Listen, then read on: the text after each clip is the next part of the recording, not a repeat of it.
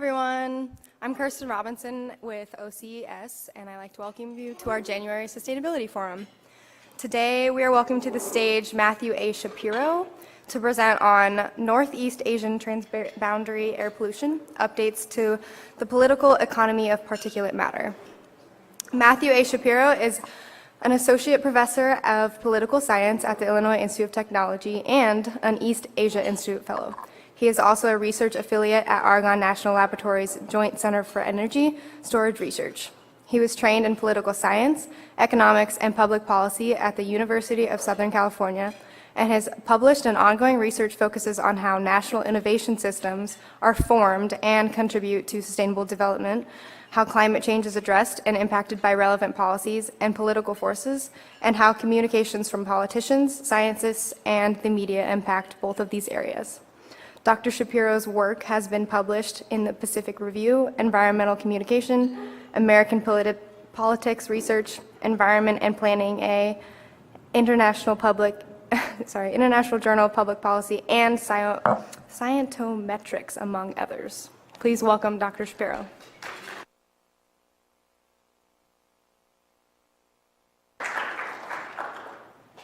Hi, thanks for inviting me to speak. It's an honor and a privilege to be here. And welcome to any of you that are from my class. I'm glad you made it out. So what I'm going to talk about is really maybe the general background to another project that's going on right now with me. And that is this issue of transboundary air pollution, specifically transboundary air pollution in Northeast Asia.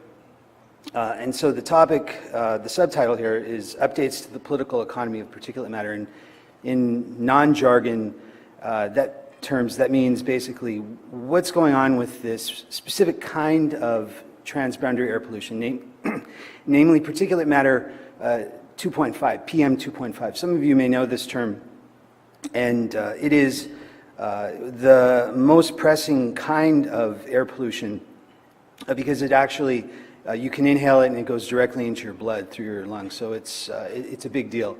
And it's an increasing problem. Just in the last couple of days, there was a meeting between a couple of vice ministers from Korea and China. And they met in China to discuss exactly this transboundary air pollution problem. Every year, there's another meeting that joins together the environmental ministers of Japan, Korea, and when I say Korea, I mean South Korea, and China, and they get together and they take their photo together and talk about having some coordination. But it's really at the initial stages of any sort of coordination, and there's this bigger problem of identifying where the problem begins. So here is, I'm focusing on Korea, but I could just as well focus on Japan, or I could focus on an area within China that receives transboundary air pollution. The boundaries are defined here nationally, but it could be, as some of the research shows, another region outside of a high polluting region within China, which is what some people show, and then how that source pollution actually transfers over there. So in terms of Korea's air pollution, the problem with identifying China as a source, if indeed that is where it comes from, and it is, but not 100%, the problem with that is that some of this is natural. And so every spring you have these the trade winds blow, and they blow this yellow dust from China and Mongolia. And here during the spring, it looks like this. On the left-hand side, we see total emissions, and that's the source, and then the deposition on the right-hand side, and it just goes everywhere and affects everyone. And this is, again, something that's happened for eons. I am not a geologist, but trust me. But the bigger issue is that this yellow dust would pick up some of the industrial matter and the pollutants that are generated in places like China, and then it would get spread around. And so now you've got this natural dust with the particulate matter attached to it, and it creating an even bigger problem. So distinguishing between those is important. The other issue is that this is a seasonal problem. So here I talked about the spring. That's a peak season for this. It also happens right now during the December-January period because everyone is trying to stay warm and coal is the energy choice for China. Again, things are really changing right now, though. We've seen for the first time in 7 years, the most recent news that has shown that China's air pollution in Beijing has been actually improving relative to the last 7 years. So things are somewhat on the upswing, and it's a political issue. It's a strong government-related issue, how those changes have occurred. I'm talking about a lot, but let me get into some of the nuts and bolts of what I'll be talking about here, which is this research project. So air pollution can be not only from China, okay? Air pollution can be Korean-born. And so where we have this issue in Korea is it domestic or is it transboundary? Is it foreign or is it homegrown? Both of these sources matter. We have health effects of particulate matter, increasing mortality rates, hospital admissions, asthma, chronic obstructive pulmonary disease, lung cancer, diabetes, myocardial infarction, and the same sorts of outcomes from coal. Coal I highlight because this is the primary in Korea, domestic source of air pollution. Increased frequency of stroke, heart disease, the same sorts of things. And by 2020, they're estimating 1 million cases of premature mortality from particulate matter. That's an enormous number. So beyond that, what motivates me is this debate. Is it homegrown, is it domestic, or is it transboundary? And then more importantly, what does that mean for setting the environmental policy agenda in Korea? If the environmental ministry or if the Korean Association of Medical, the Korean Medical Association, I'm sorry, if they are focusing on prevention rather than mitigation, or if they're blaming China, how does that impact what policies are designed in Korea? It should also be noted that the previous president, the one that was impeached in Korea last year, she had a very strong coal approach. So she had taken steps backward to become more coal intensive, and this really changed everyone's approach to coal in Korea. That's the motivation. The objective, though, is to assess the relevant media framing. And so when I talk about media framing, I mean which frames are important and resonate, which don't, and are there some sort of competing frames that nullify each other? I'll show you the examples of this later, but think of it like this as an example, and this is one of the examples. A cost frame from pollution, which would be health, a benefit frame from cheap energy that leads to pollution, which would be like cost savings at the pump or on your energy bill, and then the combination of having both of those.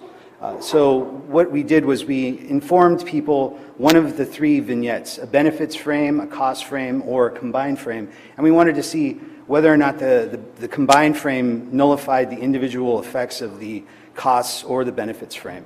And this is a pretty standard approach, but we don't know in the Korean case whether any of these things matter. And to do this, I'll be looking at media reports in Korea. I'll also, I'll do, so really this combines two papers that are now being reviewed. One of them looks at the media assessment and the public opinion, and then another is more targeting the framing experiments that I just described, having those three different treatment groups. And this is based on a representative sample of Seoul metropolitan area residents from April 2017.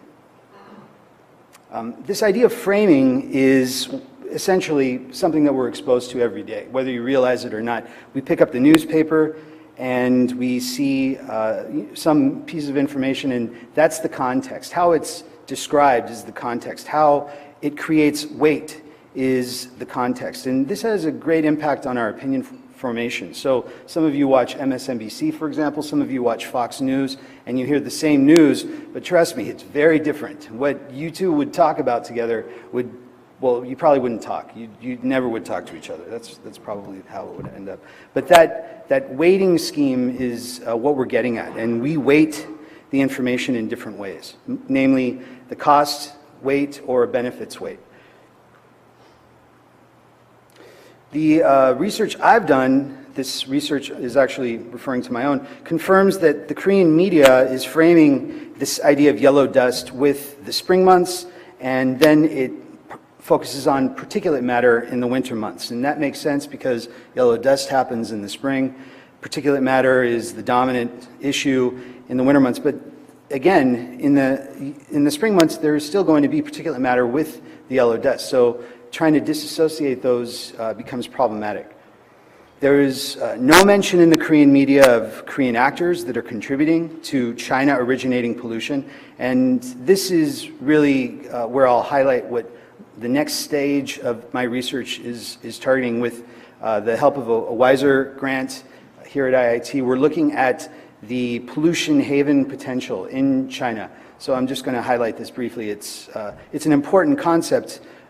Namely, the idea is that you have an industry that's trying to reap better returns, so it would look elsewhere to generate its products that were not necessarily as environmentally rigorous. The regulations are lighter there, so they can shift their production facilities there and pollute without having to pay the cost. Those costs are essentially externalized when they produce abroad. This is what we call the pollution haven hypothesis, and this is the concept that I'll be employing in one of these framing experiments in a minute. Let's move on. This is how Korean energy consumes the various different sources of energy: petroleum, coal, and natural gas. And we see that petroleum has flattened out, natural gas and coal have both increased over time. How the media reports is based on a 12-month assessment of the Korean newswire, Yonhap News. And what I opted to do was look at how different keyword combinations played out over the 12-month period between the beginning of May and the end of April, beginning of May 2016, the end of April 2017. And so here we see the yellow line indicating the total number of times that particulate matter was mentioned at all, and then each of the shaded areas representing particulate matter mentioned with diesel, particulate matter with coal, with the economy, with China, and with health. And I picked these because these were the ones that were most prevalent. They indeed they represent quite a bit of the discussion about particulate matter. There wasn't a lot of overlap, too, between these different co-occurrences between particulate matter and diesel. You didn't see a lot of particulate matter, diesel plus coal, or plus the economy, et cetera. And so in the spring months, on the left-hand side, we see that, in fact, everything is represented by most everything is represented in the news by these 5 different co-occurrences: particulate matter with diesel at the very top, then followed by coal, by the economy, by China, which is actually a much larger share, and by health. Health is underlying all of this.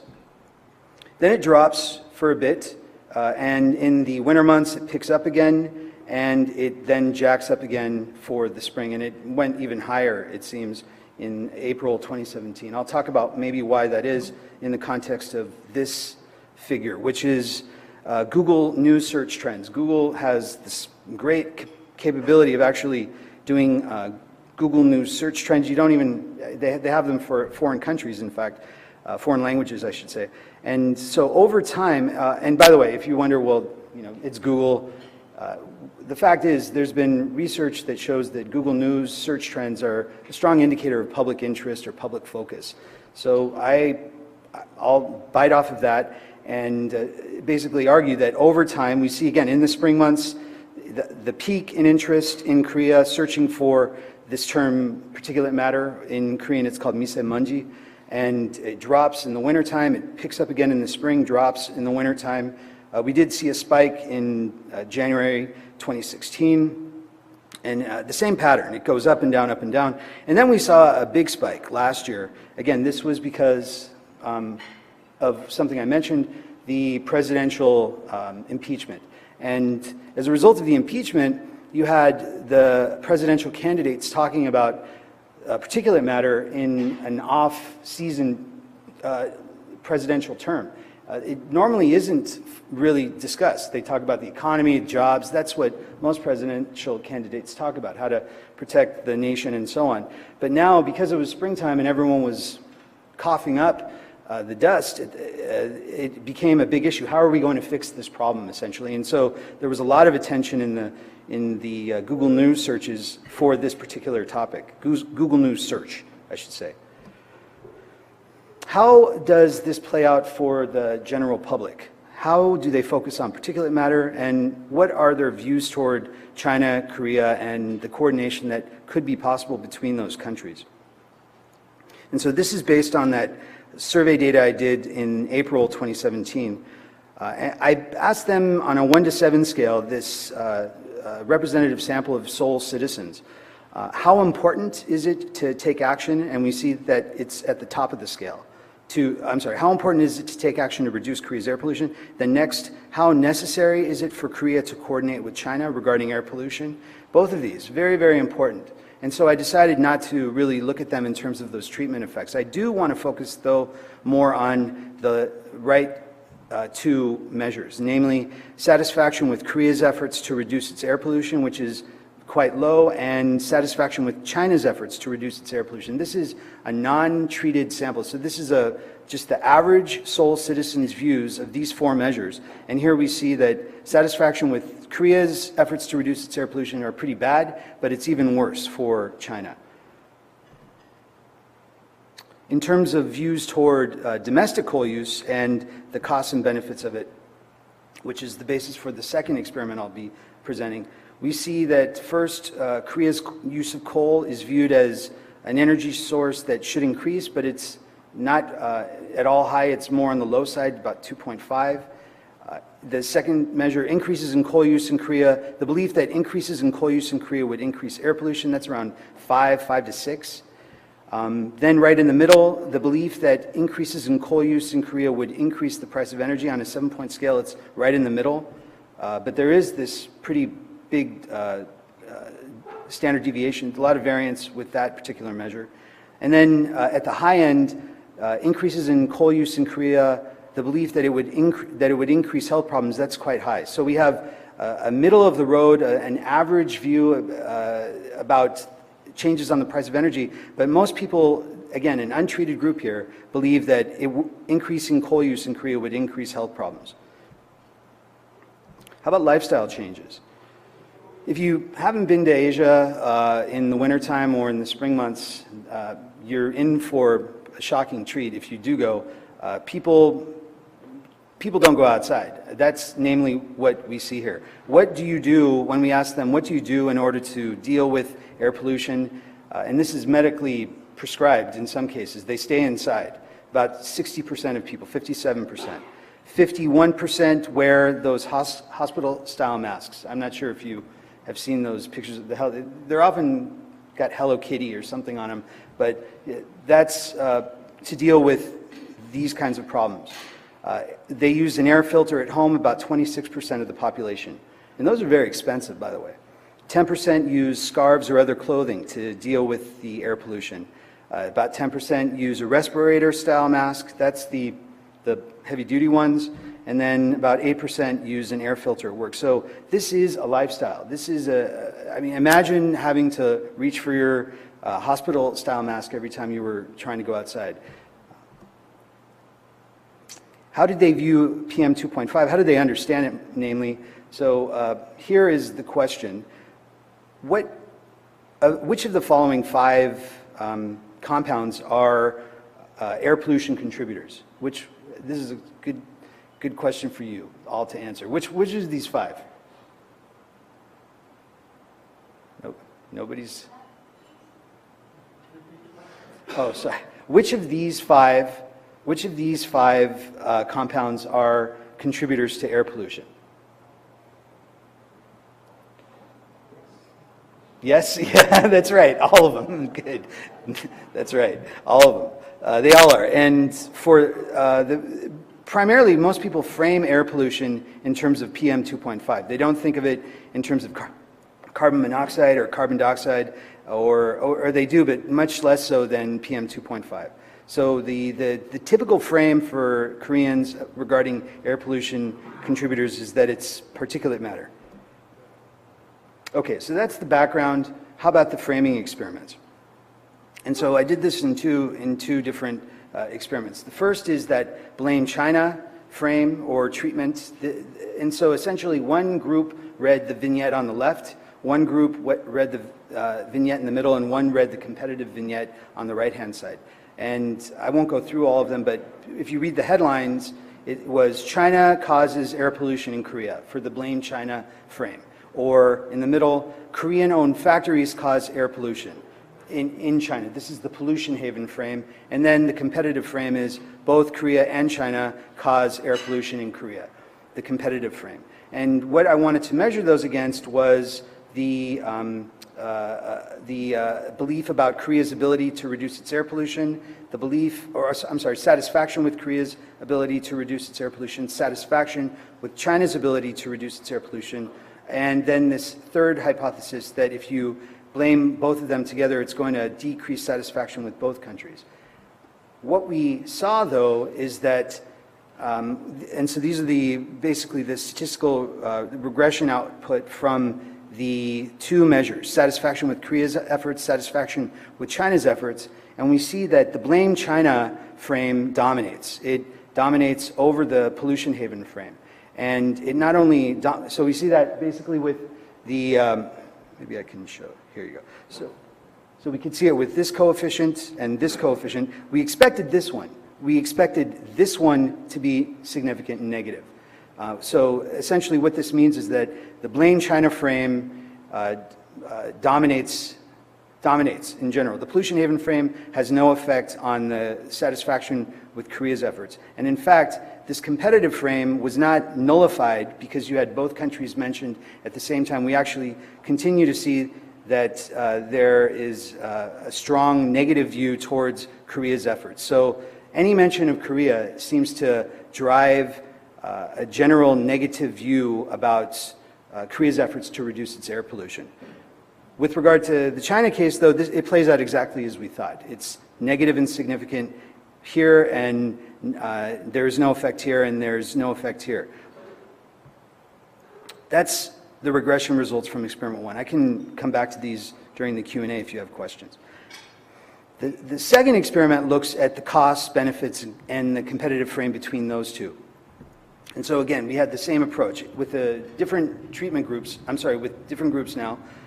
First, the one group got exposed to the costs of using coal or high vignette. One group was exposed to the vignette with the article headline, Benefits of Using Coal or High. And then the third vignette is the competitive frame. The debate, there is a debate over the costs and benefits of using coal, which is actually the appropriate one.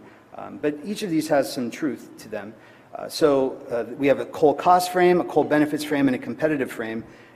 And how do these play out with regard to support for coal? And how do they play out with regard to, with regard to support for coal? And so what we predicted was that the cost frame would decrease support for coal, the benefits frame would increase support for coal, and both of them together would cancel out any sort of individual framing effects. And so here are the dependent variables we opted for. Belief about Korea's coal use should increase, belief that more coal means higher energy prices, and belief that more coal means more health problems. Really, we're just looking at this first column. This was some sort of robustness check for the measures to see if they actually did what they were supposed to do. Namely, this one was significant and for this case, and the coal cost frame was significant for the coal cost measure. So looking first at this first column, we see that the coal costs actually are decreasing the belief, for those that are exposed to the frame that the costs of using coal are high, that decreases beliefs that Korea's coal use should increase. Or if you expose them to the benefits frame, that actually increases beliefs that Korea should increase its use of coal, which is exactly as we would expect. And then the competitive frame, however, doesn't play out as we thought, because this remains strong and positive. In fact, it seems to indicate that the benefits dominate over the costs. We see that because we have the same direction of the coefficient here and here. This is actually something that's unexpected. In the United States, for example, as my energy policy students had to read or should have read for last week's class, the cost frames are generally overwhelmingly affecting people's opinions vis-a-vis the benefits frames. Economic benefits are not as important to us as health benefits. That's what the Ansel, Bellera, and Kuniski paper, their book is basically rooted in. We see something quite different here with this sample. So, to wrap up all of this information, we have a couple of discussion points or caveats, and then the general prescription. First, we have this seasonal nature of air pollution being a confounding factor, and how are we going to deal with this? Namely, what happens to Koreans when the problem goes away? It does go away, everyone's relieved that it's gone, and this is probably the case for China to a large extent, but especially in Korea because of this transboundary nature of the air pollution. How does that prevent there from being a dedicated focus on this? It's something that we might be experiencing similarly with regard to these extreme weather events. We get through one, and then we say, oh, the storm has passed, but yet there is going to be another one, and this relates to climate change, of course. Media effects are significant and mounting, and we can continue to rely on them as important measures of what the individual Koreans are exposed to, as well as what might be affecting their views and thus the agenda, the policy agenda with regard to air pollution. There is variance in source attribution, and this is a potential problem going forward. So if we are going to actually think about where the source is, this could lead to what is known in the literature as politicization of science. Are we going to suddenly talk about the science of air pollution in the same way that people are talking about the science of climate change? Splitting hairs, talking about facts, messed up models, and so forth. We do know, though, that Koreans are readily embracing the blame China narrative. That's something that everyone is on board with.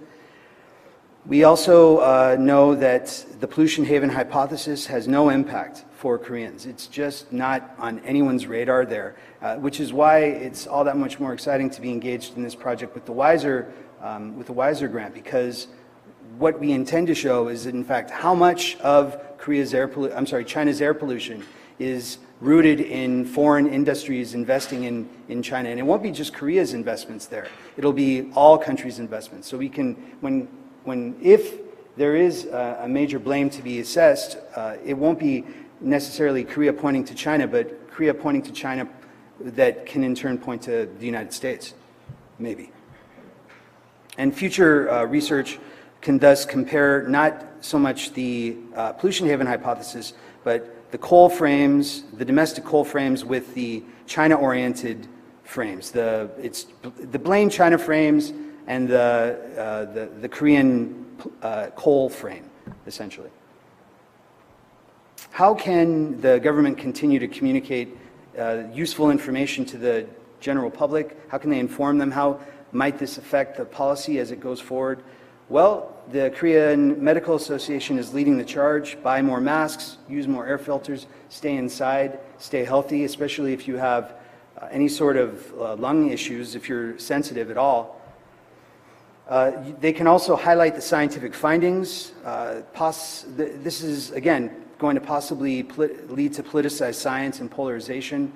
Last year, the results in the summer were released of a Korean, US, NASA-based study where they were trying to assess exactly how much the emissions were domestic and how much were attributed to China.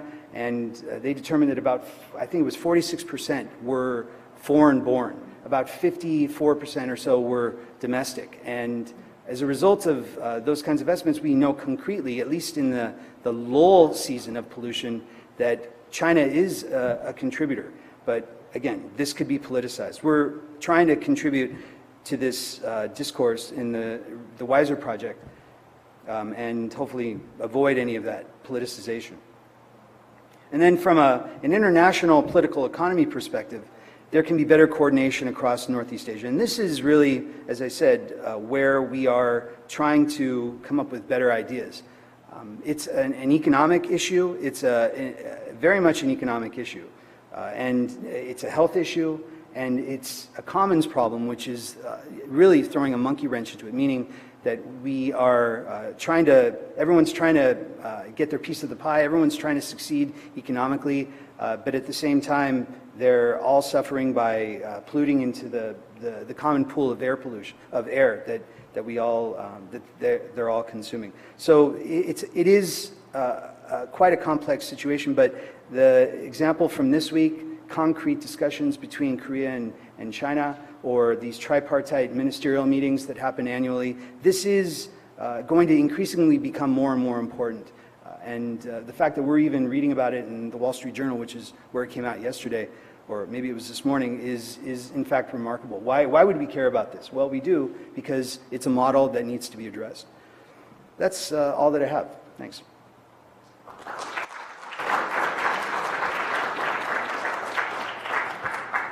Oh, are there any questions? Do I do this?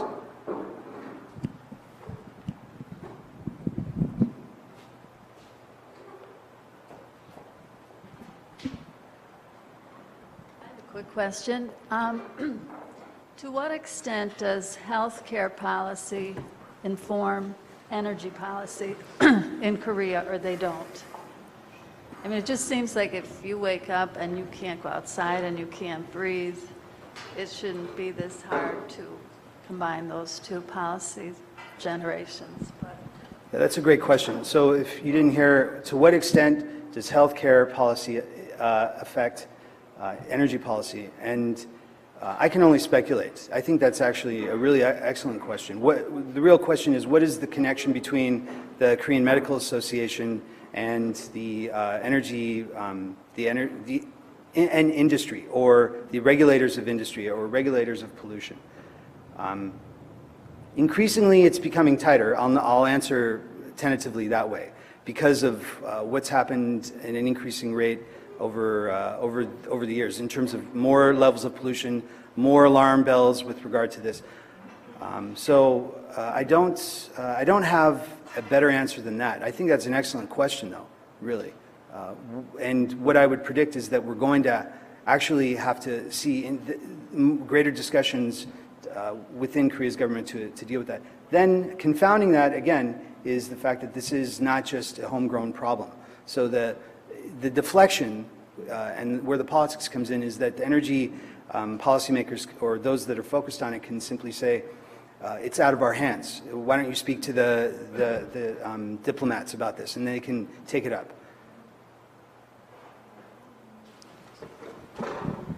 So similar to that, I've seen here in the States research done by saying the cold season, how much a cold changes the economic, like the GDP, and I'm not being very clear. Do you know what I'm talking about? Okay, so by having a cold, the economy is losing how many millions or billions of dollars? Right. So I wonder if there's something like this in Korea. Yeah.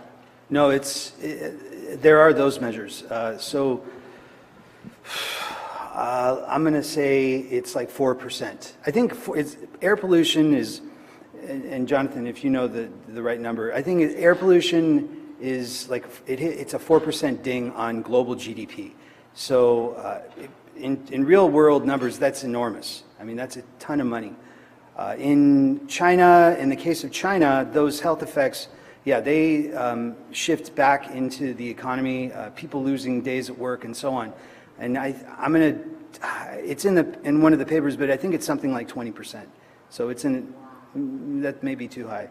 I didn't want to surprise you that much. Maybe it's 10%. It's significant, though. It's greater than 4. I know that much. So the externalities, meaning these pollution effects that aren't being paid for, they aren't being paid for by the polluters, but they're being paid for by the average citizen who has to lose work, or the overall government if it's in a socialized system like China is.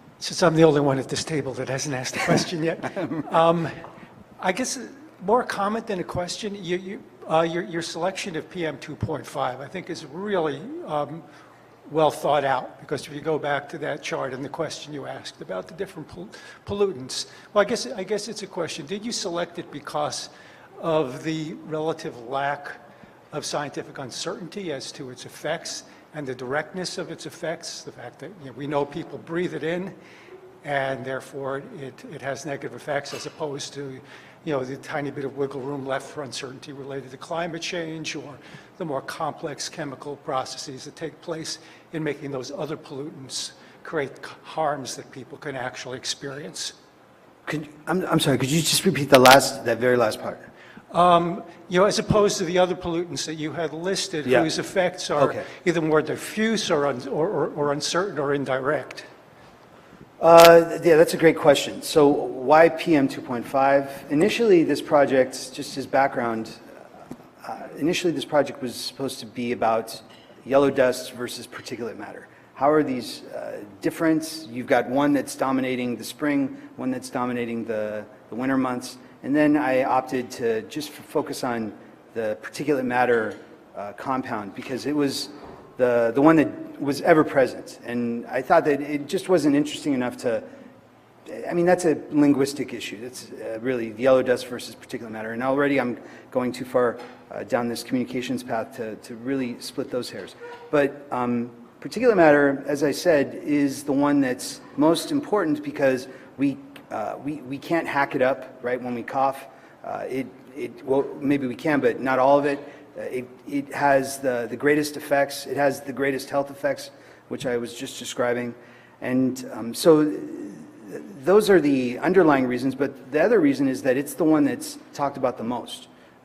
The figure here, this figure is like fourfold in terms of frequency over something like yellow dust. It's just mentioned so much more. The fact that people are so attentive to it in the spring months, this shows that people are not looking up carbon monoxide, which not everyone really understands or knows, but they do know this other term, particulate matter, miseonmungi in Korean. So I think, though, really what you're asking is a question that some of the people on the WISER team would be interested in describing.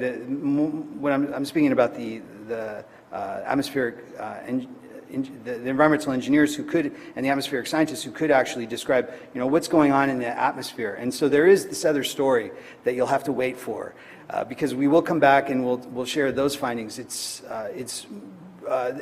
There are these chemical changes that happen in the atmosphere that will in fact affect what is happening. So what I'm describing badly is the fact that when there is particulate matter that's emitted in China, it might not be that much, but because of circumstances in the atmosphere, it could actually increase before it drops into Korea. What those circumstances are is not my job, but that's actually an important role here. Whatever the case, the final depositions are extremely high of a particulate matter.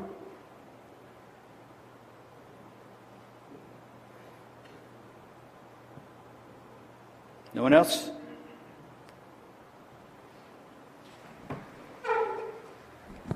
Can you go back to that? Sorry. Can you go back to that slide on coal increasing the cost of energy? You want this one, or do you want the experiment? The experiment? Yes, this one. So, was this one saying, just briefly, that people are concerned that more coal would increase the cost of energy? So without being exposed to any one of these vignettes, one of those, either the cost vignette, the benefits vignette, or the competitive vignette that has both, you see that on a 7-point scale, these coefficients, the way we can interpret them is you have the baseline, which is the control group. They got no vignette. And on a 7-point scale, they viewed that the view that the strength of belief that Korea's coal use should increase was 2.6 out of 7, okay? From that, we can look at each of these effects and we can add or subtract to it and say that the effect of the coal costs frame decreased that belief. The effect of the coal benefits frame increased that belief by 0.4 and by 0.5 respectively. That's what we can say with this. Does that, if we look at, compared to the treatment group, those people that were exposed to a coal costs frame, those people that got this information on the left, a recent report finds that coal is a major cause of air pollution and contributes to global warming and does all these bad things. For those people, it actually decreased their belief that coal use should increase. It lowered their belief that, their view that Korea's coal use should increase, which is what we would expect, right? This is all expected. There are no curveballs in these findings. Yeah, I'm sorry to present the statistical regression. It's just part of the paper that we did, but it basically is a reflection of those changes. Marginal change from that frame, marginal change from that frame, marginal change from that frame, the competitive frame.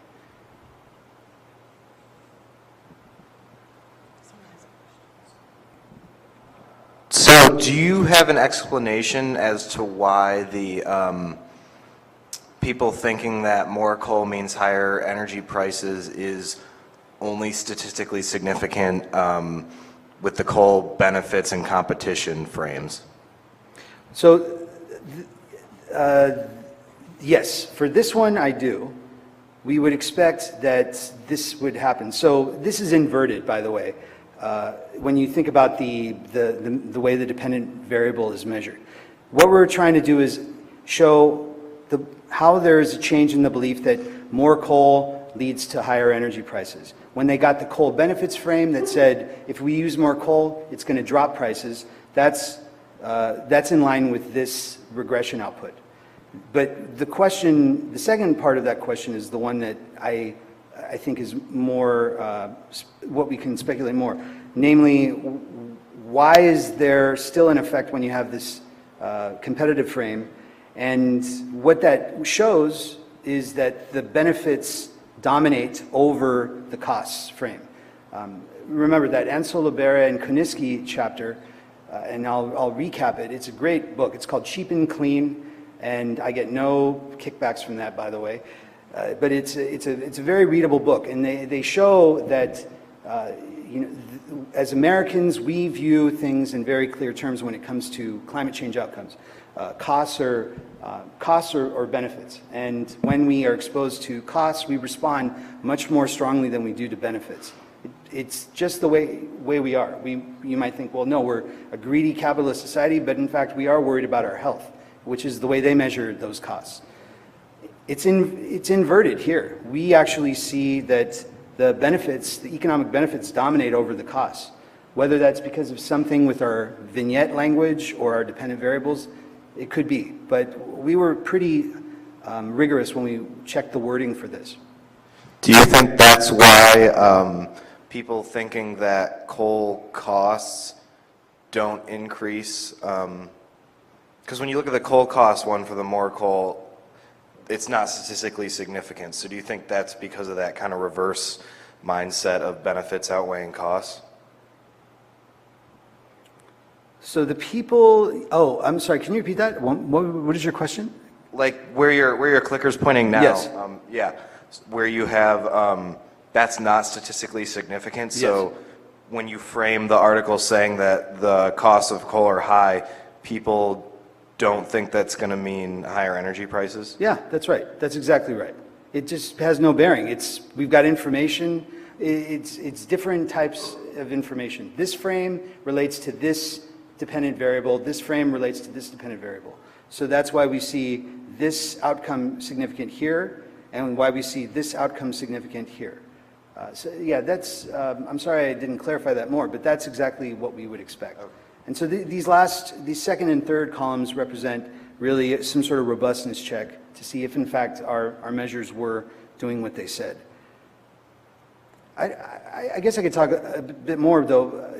What makes Koreans different in terms of prioritizing economic benefits over cost? This is an interesting question that I haven't really considered. Why would, unlike Americans who are focusing on health costs, why would Koreans not be thinking so much, or why would they think more about the economic benefits of coal more strongly than the health costs of coal? And this is, I don't have really an answer to that, but it's an interesting question that hopefully someone will think of and work on.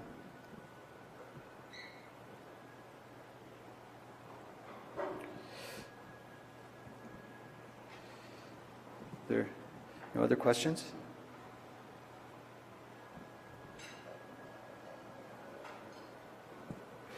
Well, listen, if you have any other questions or if you want me to clarify anything, I encourage you to reach out. I have my alias email is shapiro@iit.edu. I teach energy policy classes here. I teach politics of science and technology. We talk a lot about this. We also talk about this in East Asian political economy class that I teach. I'll be teaching some of these courses during the summer and hopefully in the fall. But I really want to thank you for the opportunity to present this research here. Thank you.